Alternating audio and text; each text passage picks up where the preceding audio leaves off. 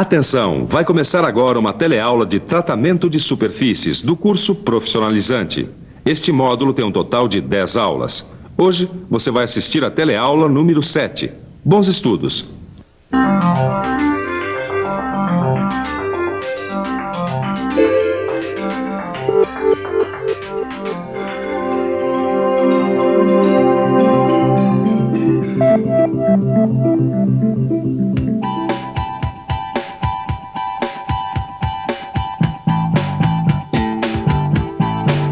Você acabou de ver uma série de objetos, máquinas, construções e etc.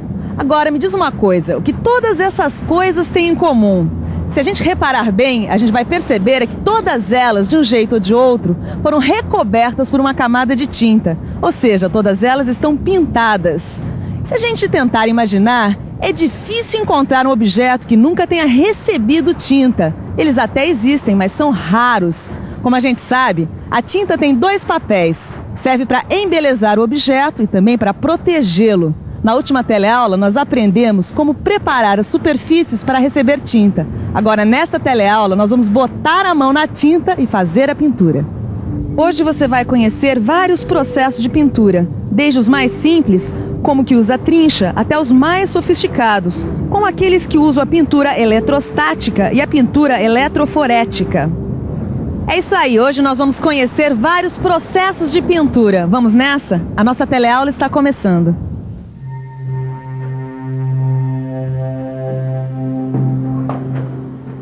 Ô, Ananias, você faz de tudo mesmo, né? Até pintura, rapaz. Ah, não é bem assim, Caio. Essa pintura que eu estou fazendo aqui é muito simples. Ué, mas é pintura, né?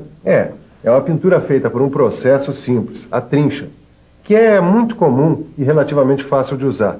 Olha, para algumas coisas a trincha serve. Mas se você precisar uma pintura assim com uma melhor qualidade de acabamento, você vai ter que escolher outro processo. Tá, e como é que você faz para escolher o melhor processo de pintura? Bom, Caio, isso depende de um conjunto de fatores. A primeira coisa que o pintor precisa saber é que existem diversos processos diferentes de pintura e que a escolha entre um ou outro vai depender do tipo de serviço que você precisa fazer. Mas e a tinta? Qualquer processo de pintura pode ser usado com qualquer tipo de tinta? Então, Caio, é isso que eu estou tentando dizer. A gente tem que seguir alguns critérios para escolher o processo mais adequado. E o primeiro deles é esse, a escolha da tinta. Quer dizer, não adianta nada eu querer usar tinta em pó com uma trincha. Peraí, tinta em pó? É, tinta em pó. Um dos processos de pintura que a gente vai ver hoje utiliza tinta em pó. Daqui a pouquinho você vai ver que processo é esse. Bom, Caio, voltando aos nossos critérios, além da escolha da tinta, você tem que levar em consideração o tamanho do objeto que vai ser pintado, o tipo de acabamento que você vai precisar nele e também se o objeto pintado vai ficar em ambiente aberto ou fechado. Na hora de escolher entre um ou outro processo de pintura, todos esses fatores têm que ser levados em conta. Ô, Ananias, você falou que estava usando a trincha, né? Por que você optou pela trincha, hein? Bom, primeiro, porque era o equipamento que eu tinha à mão. Segundo, essa peça aqui não requer um acabamento tão bom. E depois, eu não sou pintor. E a trincha não requer tanta habilidade assim, não. Bom, já que é assim, então eu posso tentar? Ah, claro. Vai em frente.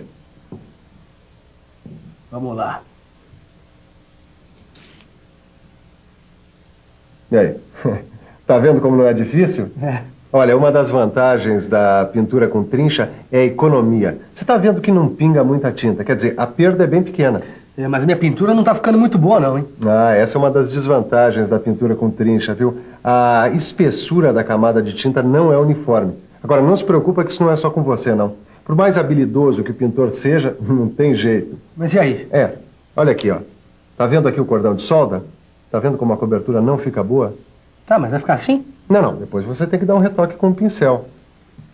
Como você viu, esse é um método de pintura muito simples, mas que só serve para objetos de pequenas dimensões, visto que é um método muito demorado. Quando você precisa de uma velocidade maior, você pode optar por um outro método de pintura, o rolo.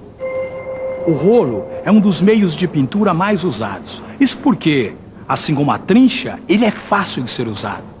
Mas além da facilidade de uso, o que faz com que o rolo seja tão popular é a produtividade.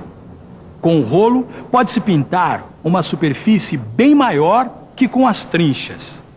E além disso, ele tem outras características. Para trabalhar com o rolo, o pintor não precisa diluir muito a tinta, o que é uma vantagem, porque você economiza solvente. Esse método de pintura também é econômico por outro motivo. Ele quase não produz respingos. Praticamente toda a tinta é aproveitada. Isso sem contar que a espessura da película de tinta é bem mais uniforme que no método da trincha.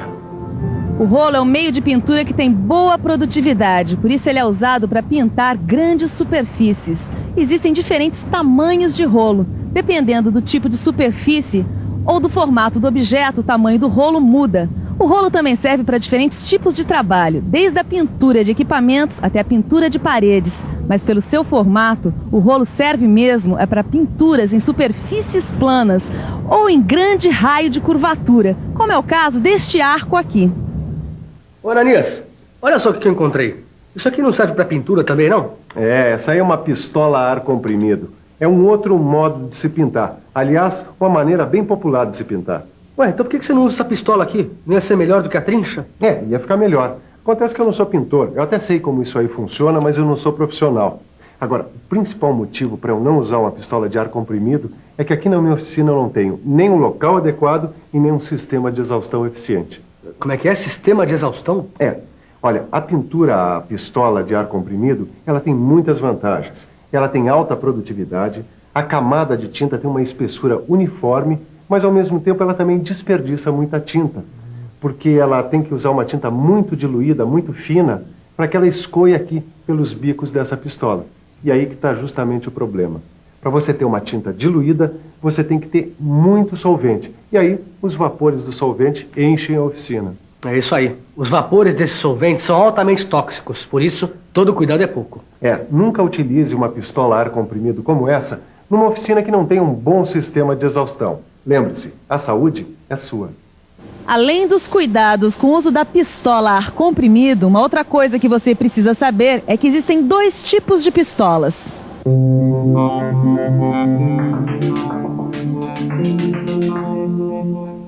Existem 2 tipos de pistola a ar comprimido. O primeiro tem o recipiente que carrega a tinta acoplado à pistola. Esse tipo tem o inconveniente de ter de ser constantemente recarregado, interrompendo várias vezes o trabalho. O segundo tipo tem o recipiente de tinta separado. Nesse caso, a autonomia de trabalho é muito maior, porque leva muito mais tempo para que o suprimento de tinta acabe. É isso aí, o trabalho com pistola a ar comprimido pede um profissional. A diluição da tinta tem que ser feita na medida certa. Além disso, as pistolas podem ter diferentes bicos de saída da tinta. A escolha de um bico ou de outro vai depender do tipo de tinta que você estiver usando. Uma coisa que a gente tem que prestar atenção também é na pressão e vazão do ar. Só assim dá para ter um bom resultado na pintura. E além disso tudo, é claro, tem um jeito certo de pintar. Olha só. Preste atenção na maneira como ele movimenta a pistola aplicando a tinta. Ele não faz esses movimentos assim à toa. Essa é a melhor maneira de fazer esse tipo de pintura. Preste atenção.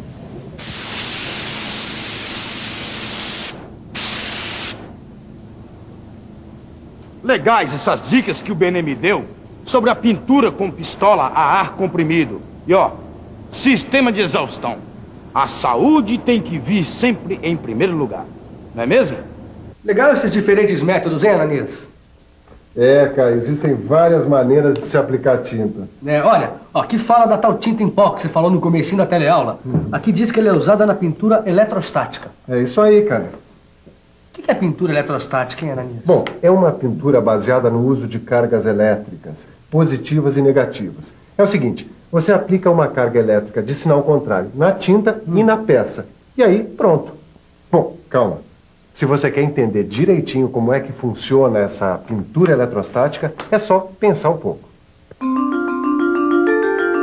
Vamos pensar um pouco. Peraí, vamos devagar ver se a gente entende como isto acontece. Vamos imaginar uma peça que vai ser pintada. Uma torneira. Uma grade. Agora, para que a pintura eletrostática aconteça, ela tem de estar carregada eletricamente. Vamos imaginar que ela está carregada com cargas negativas. Aí, nós temos a pistola, que trabalha com a tinta em pó.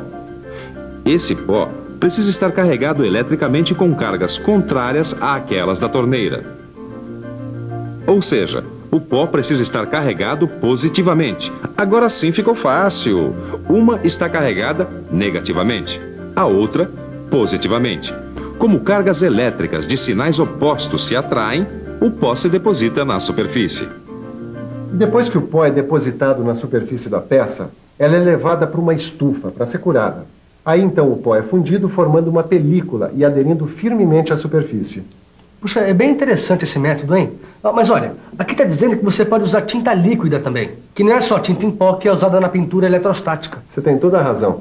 A tinta líquida também pode ser usada. E em ambos os casos, a produtividade é alta e a perda de tinta é baixa. Além disso, ela forma uma película de tinta uniforme mesmo em superfícies irregulares. É por isso que esse método é cada vez mais usado nos vários tipos de indústria.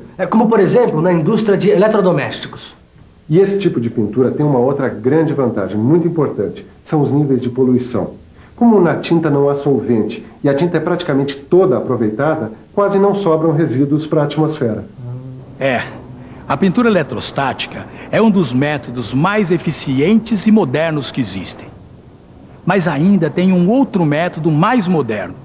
É a pintura eletroforética. Como você já notou, esse tipo de pintura exige grandes investimentos. A peça é totalmente mergulhada no tanque com tinta líquida. No caso da fábrica aqui, que produz carros, imagina quantos litros de tinta não são necessários para encher um tanque desses. Só que esse investimento todo tem um retorno. A produtividade é alta, a perda de tinta é muito pequena e a espessura da película é uniforme. É isso aí. Depois da pintura eletroforética, é hora da revisão. E atenção, se liga aí que é hora da revisão. Na teleaula de hoje, você conheceu diversos processos de pintura. Começamos pelo mais simples deles, a pintura com trincha. Depois, foi a vez da pintura com rolo. Você então ficou conhecendo a pintura com pistola a ar comprimido. Ficou sabendo que esse tipo de pintura só deve ser feito em instalações apropriadas para garantir a segurança de quem trabalha. E a seguir, aprendeu o que é pintura eletrostática. Viu como as cargas elétricas desempenham um papel fundamental nesse tipo de pintura. Finalmente, você aprendeu o que é pintura eletroforética. Agora que você já tem uma noção dos diversos processos de pintura que existem por aí, não esqueça de dar uma bela aprofundada no seu livro de estudos. Lá você vai encontrar informações e detalhes importantes, além dos que você viu por aqui. Bons estudos e até a próxima.